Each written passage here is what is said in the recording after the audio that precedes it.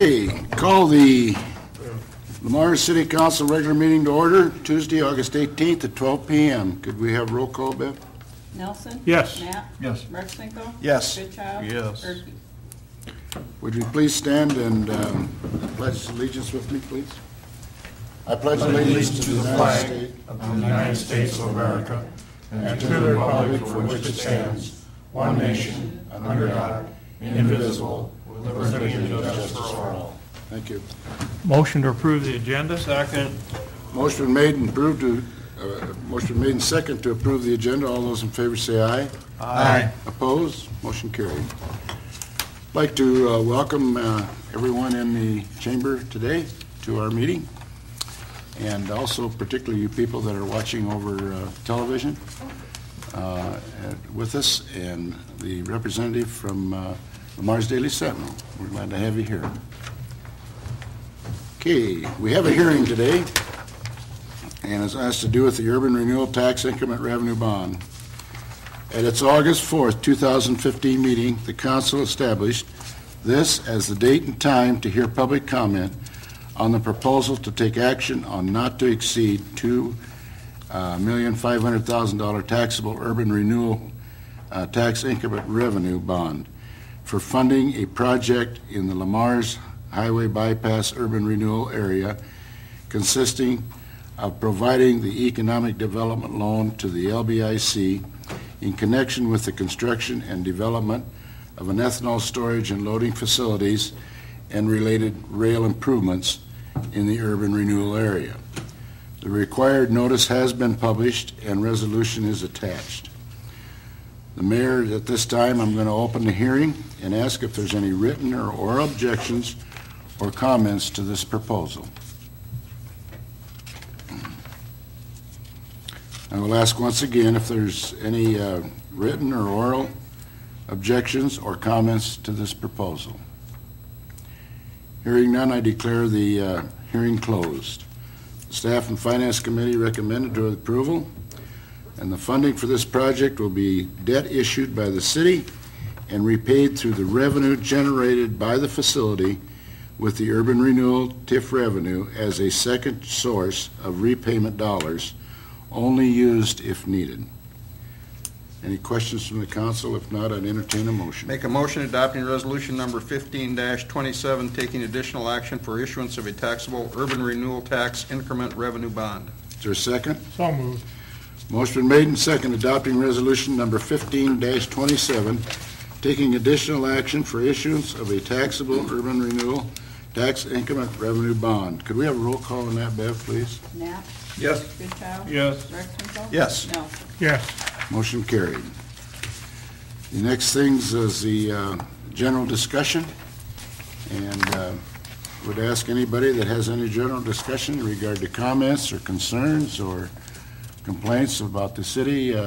We ask to step up to the podium, state your name and address, and the council is certainly always willing to listen to the comments, but they could not make any decisions on them at this time. So do we have any in the chamber today? Okay, if not, we'll move on to the thumbs up award, John. Nothing, Your Honor. Nothing. Rex?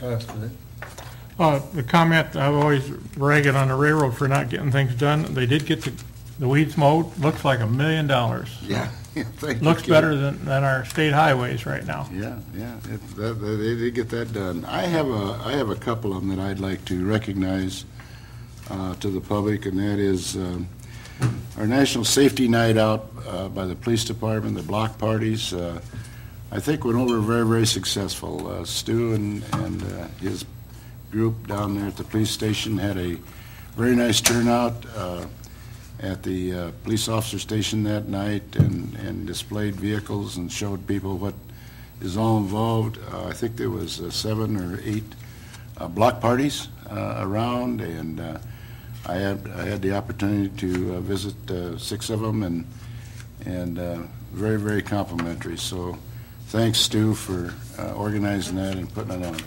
Appreciate it. Another one, I want to thank the public for the ribbon cutting ceremony that was held last Wednesday morning on our new Burlington Junction short line transload operation out in the rail yards. Had a nice turnout for that, and we appreciated it. And the third one, we went from there to the new Lamar's Public Works building and had a ribbon cutting there and our open house, and we were very, very happy with the turnout on that. I think we had somewhere between 150 to 200 people.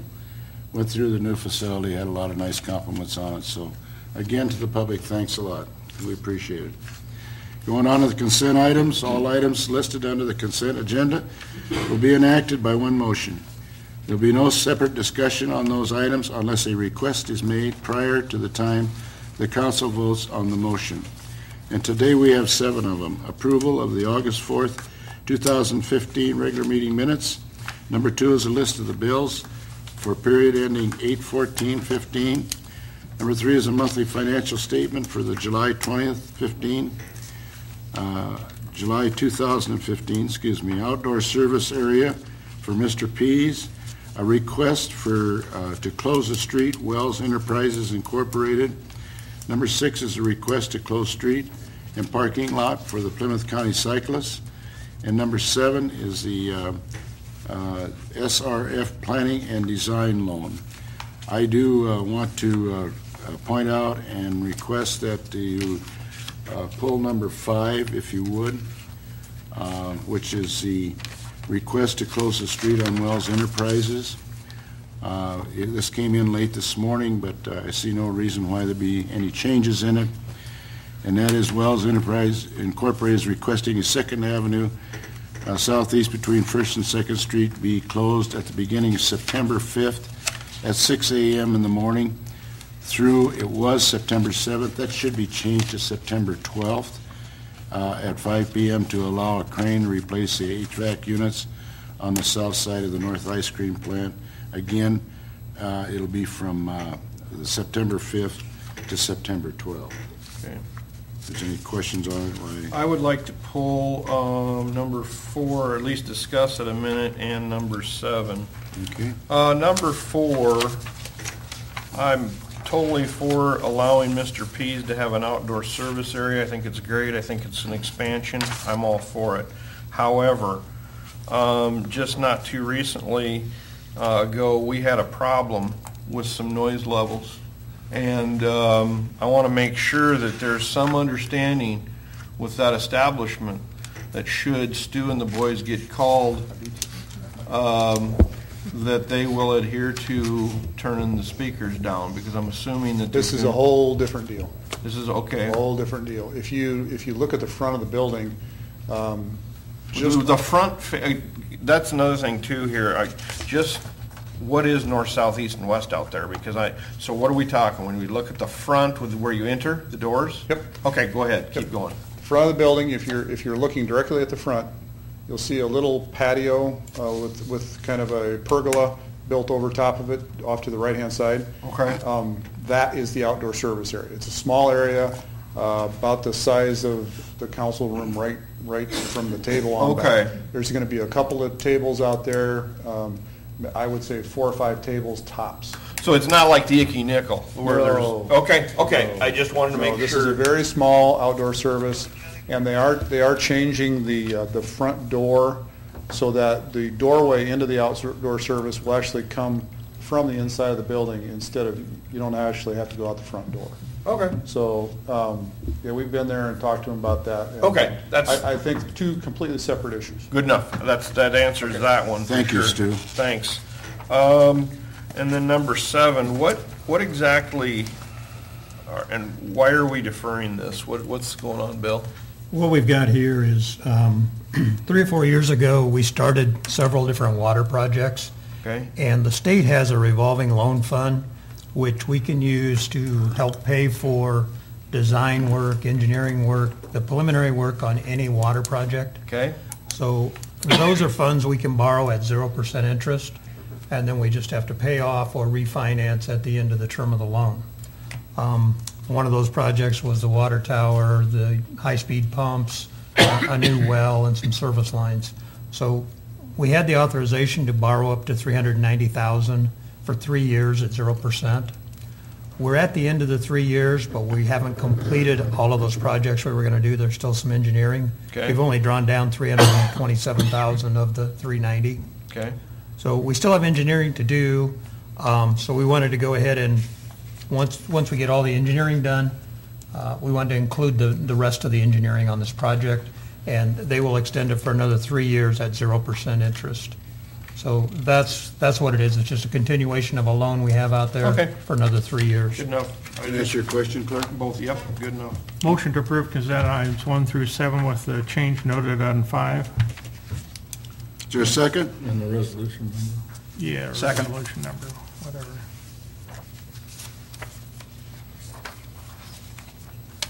Second. Okay, just a minute here, I gotta, I know. This is the resolution on number 7. Right. 15-20. Okay, motion been made and second, adopting resolution number 15-28, extending the maturity date of the city's water revenue and loan distribution agreement anticipation project, and also to the rest of the consent items Yep. on the above. Do we have roll call, Bev? Goodchild? Yes. Knapp? Yes. Nelson? Yes. Rexton? Yes. Motion carried. Okay, moving on to the action items. The first one is the energy audit. I see Leslie and the group from Wells is here, so I hope we answered your questions on that one. And and taken care of, okay? Moving on to the action items, the energy audit recommendations for the library. On March 2015, council approved 4 energy-saving measures for the library. Some additional items were deferred at that time. The Energy Advisory Committee is now recommending the council approve these additional items be implemented. Those items are detailed in the attachments to this RCA. They are broken into 3 projects in order to maximize not only the standard rebates, but also maximize the bonus incentives that are available from multiple projects. These include interior lighting, exterior lighting, and 1 application replacement. That's appliance replacement. The appliance replacement allows for the maximum rebates to be received on other projects. The City Advisory Committee is recommending the council to approve proceed with all the proposed energy-saving projects for the library, noting that the schematic for lighting would need to be reviewed and designed to provide light where needed as determined by library personnel. Recommended funding for this project would generate a fund balance of a net cost to be $9,135. The financial impact, if approved as proposed, the financial impact would be upfront cost of $25,608, a standard rebate of $13,791, and a bonus rebate of $2,682. This makes the net cost of adopting all recommendation a cost of $9,135. Based on projected annual energy savings of $3,173, this proposal has about a 2.8-year payback. Questions from council? We discussed this in the Energy Committee, and although you have some projects that have, in fact, the project number 3 has a fairly long payback, the payback for all of the projects together is 2.8 years, and that includes taking advantage of a bonus incentive if all of the measures are Done at one time. done at one time. And again, the key is although we're going to take some money out of the general fund, we're going to have to budget $3,000 and some less each year for energy costs. So I'm from the Energy Committee, I am recommending we proceed with this. Any other questions? I'd accept a motion. I'd adopt the proposed energy-saving measures as proposed. Second. Motion been made and second, adopt the proposed energy-saving measures as proposed. All those in favor say aye. Aye. Oppose? Motion carried. Moving on to number 2, assistance request. Wells Enterprises is proposing expansion of its business operations and creation of additional jobs in Lamar's, Iowa. Wells Enterprises Incorporated is pursuing financial assistance for a portion of the cost of this project, and as such is requesting approval from the City of Lamar's to submit applications to the Iowa Economic Development Authority for funding through the High Quality Jobs Program. The LBIC is recommending City fulfill the local match with local tax abatement as allowable by Iowa Code Chapter 427B.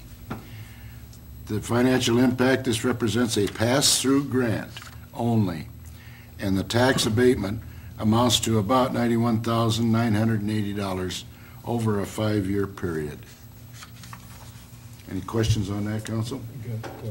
Oh, I'm sorry. Yeah, No, it's okay. I'm here to answer questions, but obviously this is a procedure that the council has been through on numerous occasions. You had the information in your packet regarding a proposed project on behalf of Wells Enterprises, which has a significant investment on their part in creation of jobs.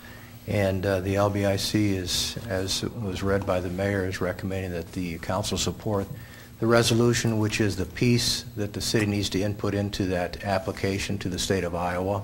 The resolution stating that you understand and support the project and that you are supporting the local match with the 5-year partial tax abatement as instructed through the Iowa Code.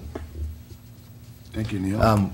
Also today, besides Leslie Bartholomew, is Tom Anderson, and Tom is the Director of Finance Operations and Supply Chain. So if you have any questions, I would defer to them. Any questions for any of them?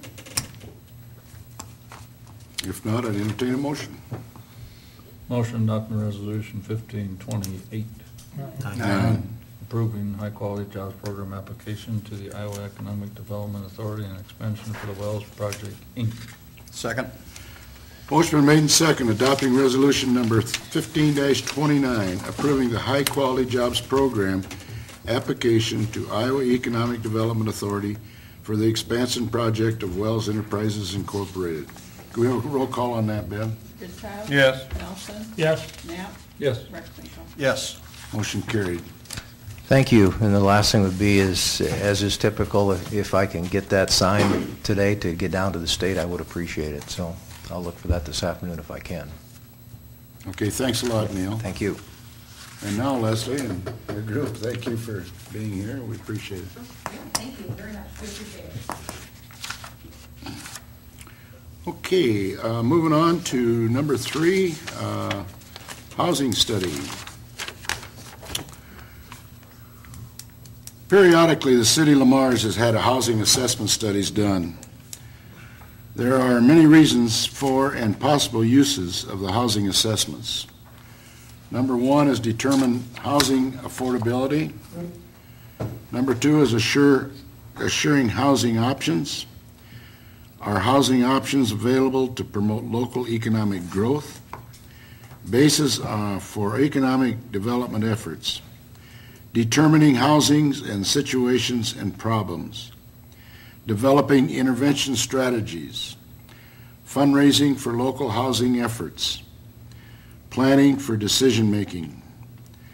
Past City of Lamar's housing assessments were completed in 1992, Comprehensive and a Community Builder Plan, RDG Martin Schuchart Incorporated.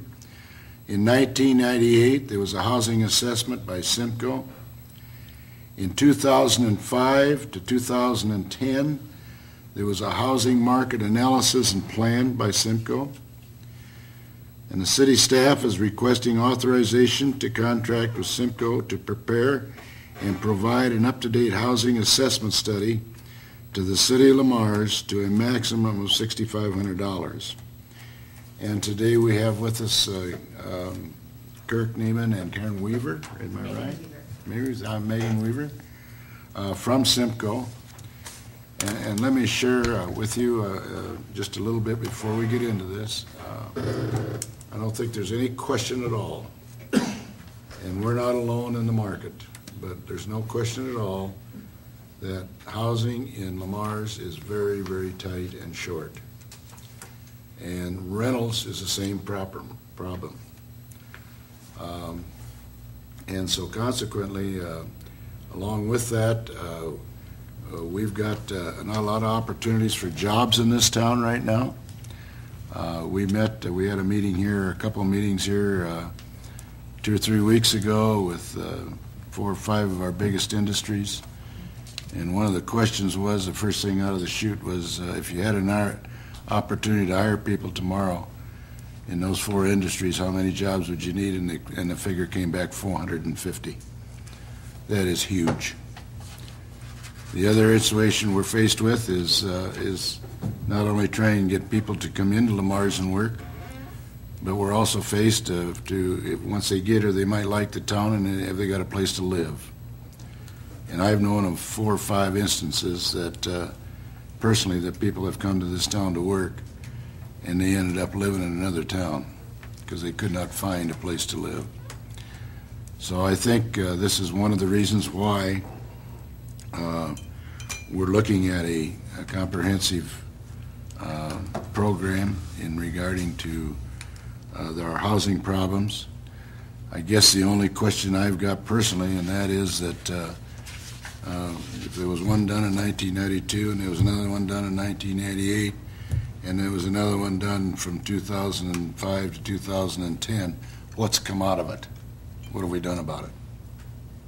You know, that's the question I have. But I definitely think there's a need for it regarding the topics that we talked about here and listed. So, Kirk, I'm going to turn it over to you. And Jason is behind this also. So. Mm-hmm. Well, I am a community and economic development planner with Simcoe, and Megan Weaver is the housing manager. So we're just here to answer any questions that you have about our proposal. I believe that you all have our proposal, or have seen it. I think one of the questions we have is how quickly can we turn some information around? We've got a committee looking at housing needs in this community. How soon can we expect to start getting some information that we can use in a meaningful way? Well, we're ready to start working as soon as accepted. And if you look at our agenda, we have the analysis is going to start November, but before that time we'll be collecting data, and we're more than willing to share any data that we obtain as we go through this, including with surveys. We plan on sending out surveys, and they're going to be sent out as early as possible so that we can get data as quickly as we can. So as soon as data becomes available, we're willing to work with whoever is interested in working with us. So. I'd like to go back to what Dick asked, because I had it marked down to ask that very question. You guys did a study in 98, and you guys did a study in 2005. It might be an ongoing study till 2010. And so some analysis was drawn from those 2 studies. What's been done? What came out of those?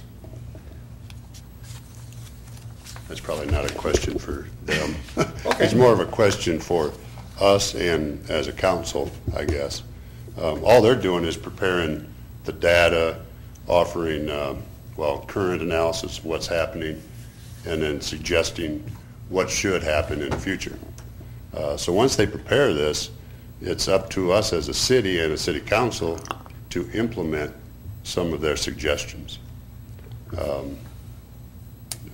So, I mean, once it's prepared, it's not really up to them anymore. But we just heard that 4 industries sat there and said that there's 450 people we need to hire. As a realtor, a real estate broker, I know for a fact we have no houses to sell. Literally no houses to sell. We kick around as a group this term affordable housing, which is really a relative term depending upon who you're talking to. If you're talking to someone who's a millionaire buying houses in Florida, affordable housing is one thing versus myself versus somebody making $14 an hour at a factory.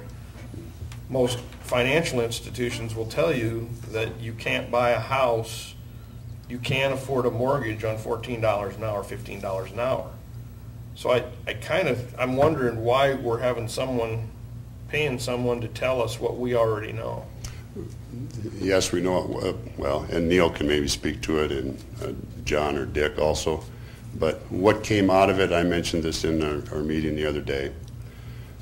I looked through the last assessment that Simcoe did, through their suggestions of what we as a city should do.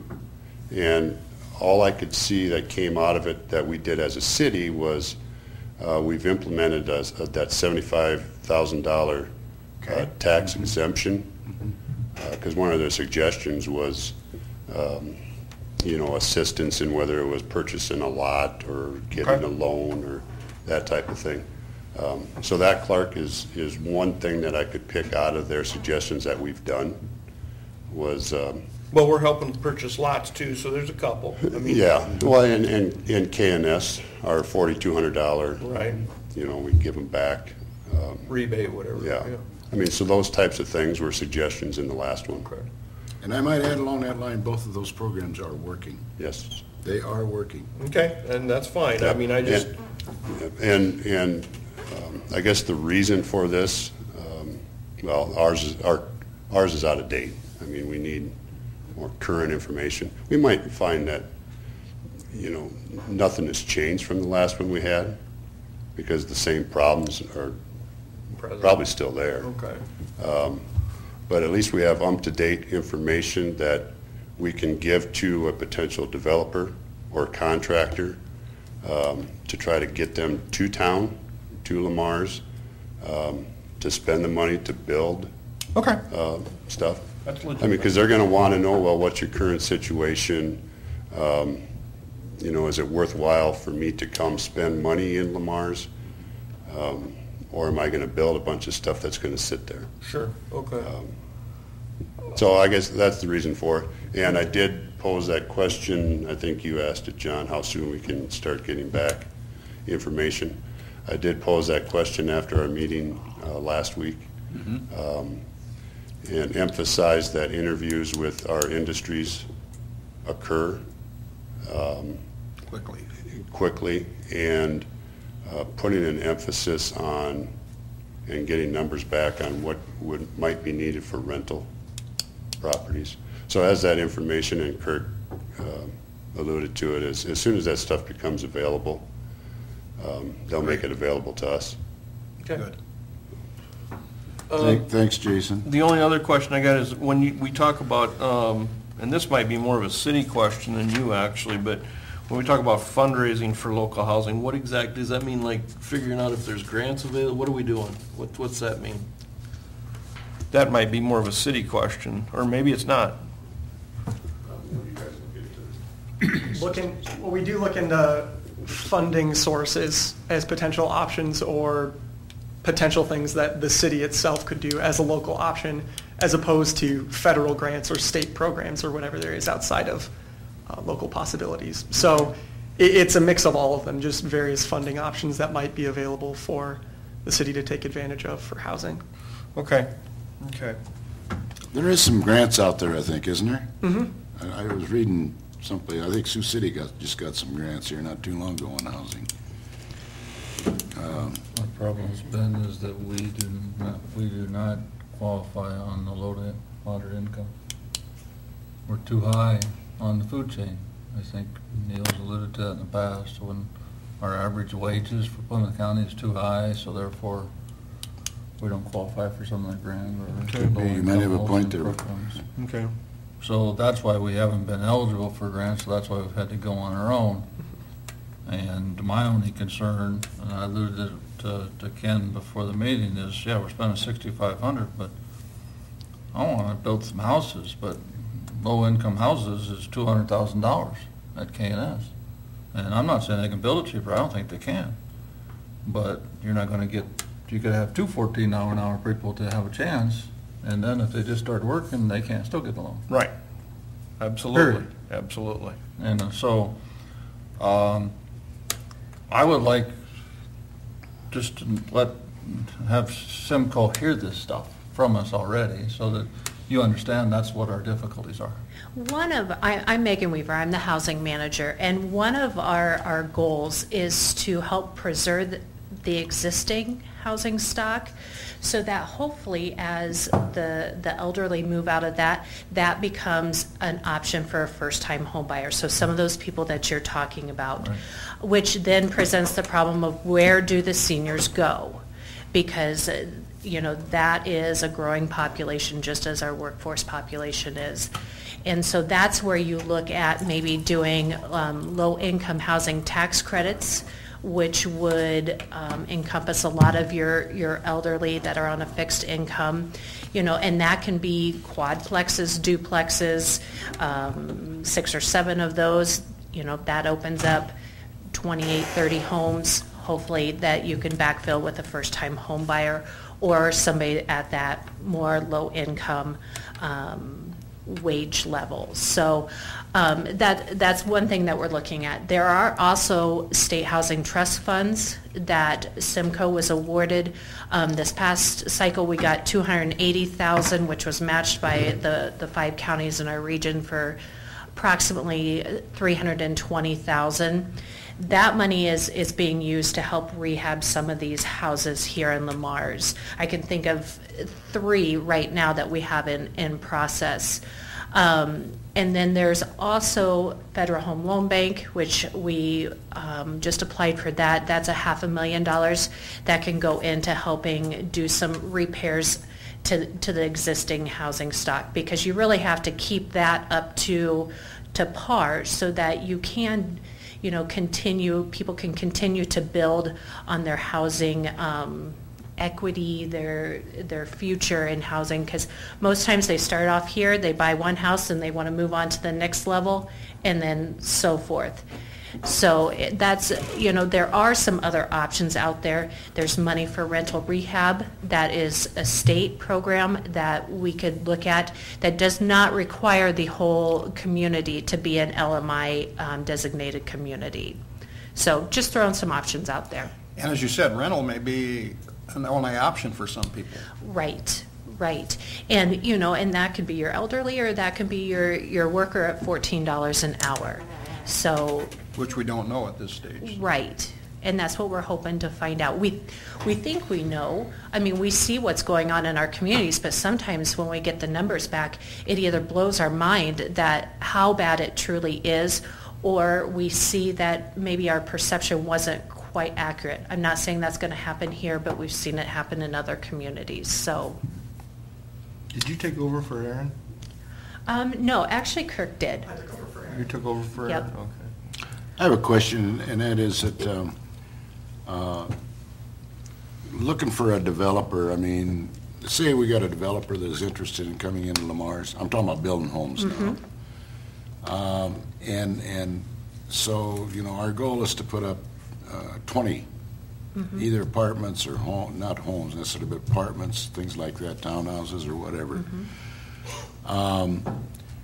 Do these developers, are they interested in, if we can work out a program with them, are they interested in owning the homes and renting them? Yeah, are you running into any of that? Not typically. They're wanting to build the homes and get them sold so then they can continue to build and build their pocketbooks. So they're not typically, like as far as a single-family home, they're not looking to have single-family homes as rentals.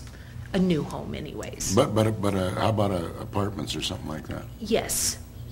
They are that? They would be interested in that? There are developers out there, absolutely, that are interested in that. And they can take advantage of the low-income housing tax credit program for that. That would help kind of subsidize the development process.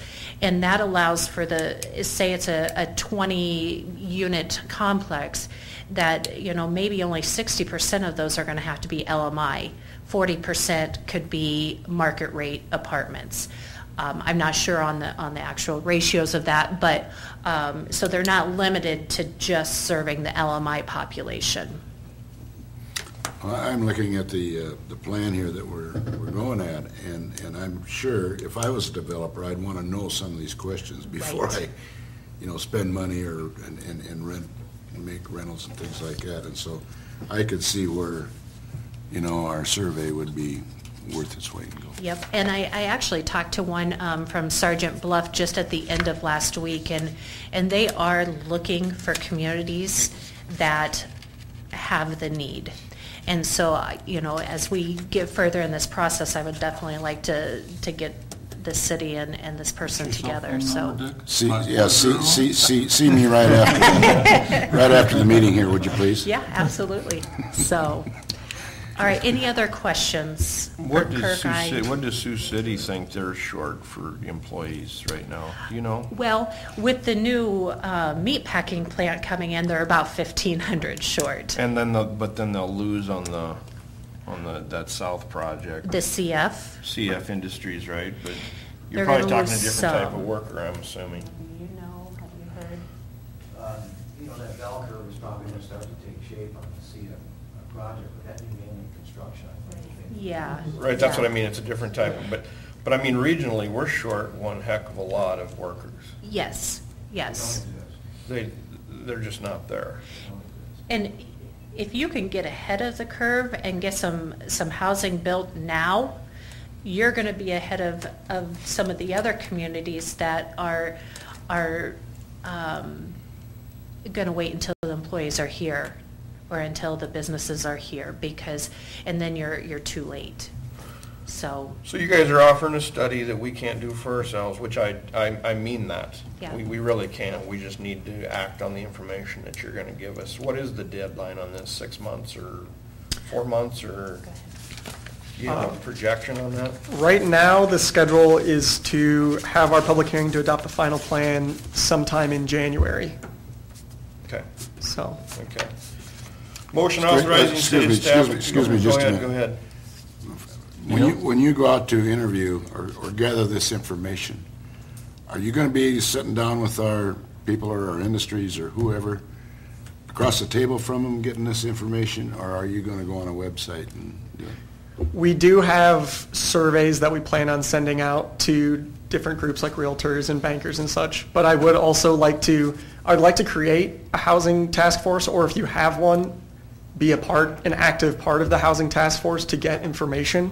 So I prefer face-to-face interaction if at all possible. Not everyone likes to meet face-to-face though, so it just kind of depends on what the employers are saying. And How do you determine wages, which is one of these in here, determine wages for this plan?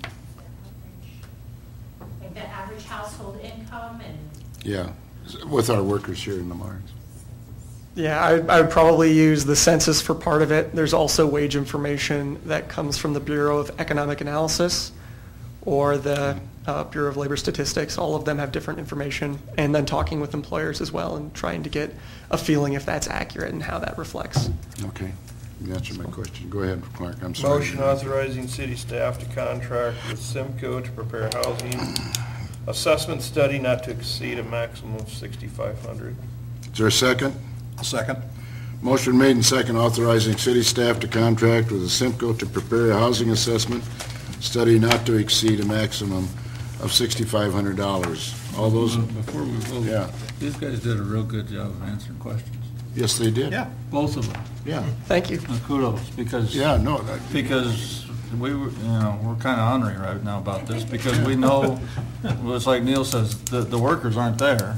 yeah. The housing's not there, but we're still going to contract with you to do these services because we hope you come up with something we don't know. We need help. Yeah. We're here, we need help. Right? We're being honest with you. And we're Yeah. being honest. Those guys all need help. I know. No. And I'd also thank Jason for addressing what we used from the previous study. Absolutely. Jason's done a lot of work on this thing. Absolutely. So fine, I'm fine with it now. But there are also legitimate questions that need to be asked because, yeah, so, Yeah, go absolutely. ahead. And ma'am, call me collect before you leave here with that guy in Sergeant Bluff, would you? Okay, motion made and second, authorizing the city staff to contract with Simco to prepare a housing assessment study not to exceed a maximum of $6,500. All those in favor say aye. Aye. Opposed? Motion carried. Thank you. Thank you, folks, for coming in, and we'll be looking forward to working together here down Thank the you. road. All right. Moving on, discussion. John? I talked with Jason earlier about this. I get inquiries from time to time from people in the public regarding the appearance of some of our residential housing in town, the physical appearance on the outside.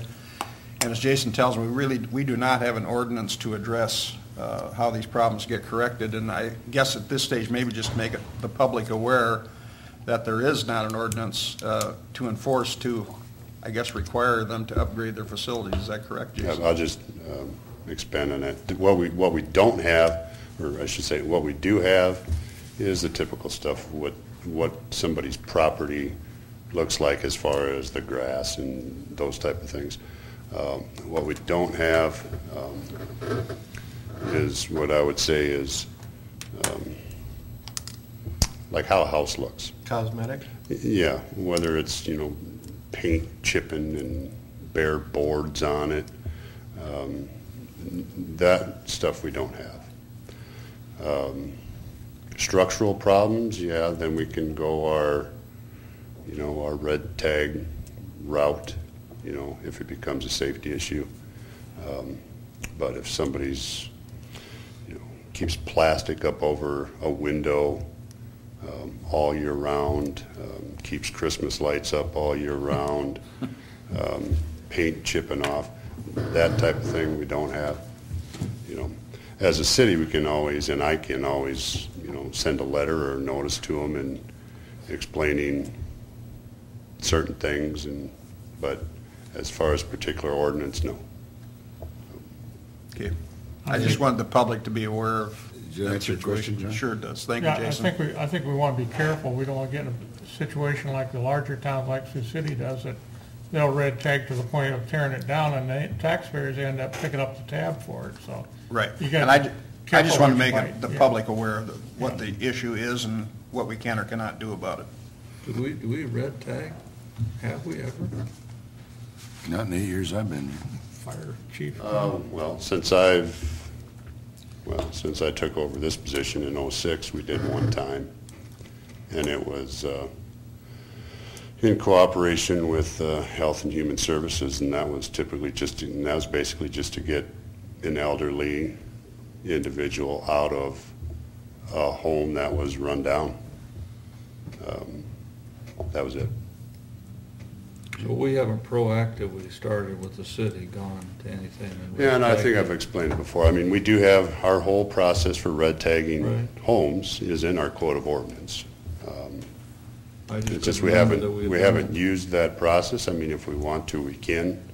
The thing I've explained is then, as a city, we need to realize that once we red tag something, then it's our responsibility, really, to make sure nobody gets in it. I mean, if it's structurally unsafe, then we're, as a city, responsible for securing the thing and ultimately the outcome of that building. I mean, so we have to be willing to spend money as a city to, like you said, Ken, what Sioux City does, and I don't know exactly what their process or program is, but the end result may be the city spending money to demo a property, and then we're left with a lot, and what are we going to do with that lot? So, but everything's in place if we ever go that route. Thank you, Jason. Thanks, Jason. Thank you, John, for bringing that up. Anything else, John? That's it. Clerk? Jason, do you know, where's all the dirt going off our borrow site? Out there on 14th. There's been a mountain of dirt moved, and I'm just curious. 14th Street. That's not our borrow site anymore, is it? Yeah. Didn't we trade with? School ground, Yeah, the old Yeah. school ground. 14th and 12th. That is art. Yeah. It's ours, isn't it? Well, We retained the, yeah, we have an agreement to take dirt off of it, oh, so it's actually Schuster's. and I don't know where the dirt's going. Okay, I was just curious. I didn't know if they were taking it to the park or where. but- We're good at moving dirt. so- Yes, we are. Okay, Just well, about I got was the just town curious. leveled out. I can't believe that you'd bring that up versus John, so that's what I'm amazed about. I told him to bring it up. You passed me a note. No, I didn't. No, I didn't. All right, no, we're good. That's You it. got anything else, I Clerk, got- besides dirt? I got nothing. I got nothing. I can't top that salt pass. All righty. We're too knowledgeable up here. Bill, you got any news? Well, I got a couple of things. Just wanted to remind everybody that the railroad is in town working on the tracks. They're replacing ties. They have flagmen at virtually every crossing, so take extra care. There is another crew that'll be coming in after this crew that'll work on the actual crossings, the street crossings. So, Great.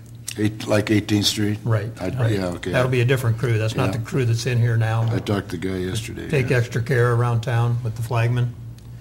And then I just wanted to update everybody a little bit on the theater. I won't go into a lot of detail, but we've now owned the theater for 4 months, and just wanted to let you know that it's been a successful 4 months, whether it's advertising or whether it's good movies or what. The bank thinks we took over the theater at a good time because it's been profitable months.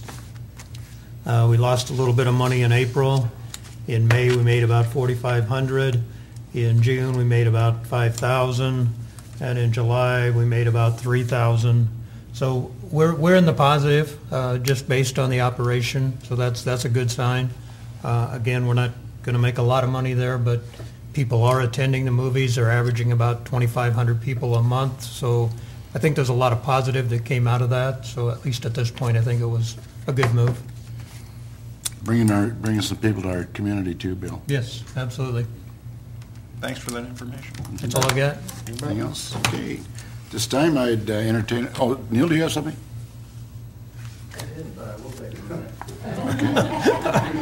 You look like you had something, that's the reason I thought. I was going to leave, but I will take just a minute. It might be good for people to watch on TV. I want them to understand that, yes, we are suffering the same issues that the entire region is, and that's what's complicated the whole thing. It used to be where industries in successful areas like ours could reach out 30, 40 miles, and now everybody's reaching out because there are just no employees. But I want everyone to know that the Chamber LBIC has put together committees. One of them is a housing committee. We certainly don't feel as though we're speaking on behalf of the city, but we're trying to address the issues and move forward with the issues to come up with some resolve and some suggestions at least to help alleviate some of the issues that we have. We already have instigated some busing of employees from Sioux City and South Sioux City that started over a week ago to assist people who, rather than having to drive constantly all year, they can, for a far less expense, ride a bus to and from work. Housing is another one. We're looking at extended daycare and different things within the community. So if people heard the discussion earlier, I wanted to let them know that there are committees that are working diligently on trying to address the issues, and it's not just for our industries, because that affects everything in our total community, to small business owners just like the industries. So it's a total community issue, and we're taking the steps that we can at this point in time, and certainly we'll be looking for a lot of assistance and working relationship with the city as we move forward. Thank you, Neil, for those comments. That's very true. You know. Anything else? Not, I'll entertain a motion to adjourn.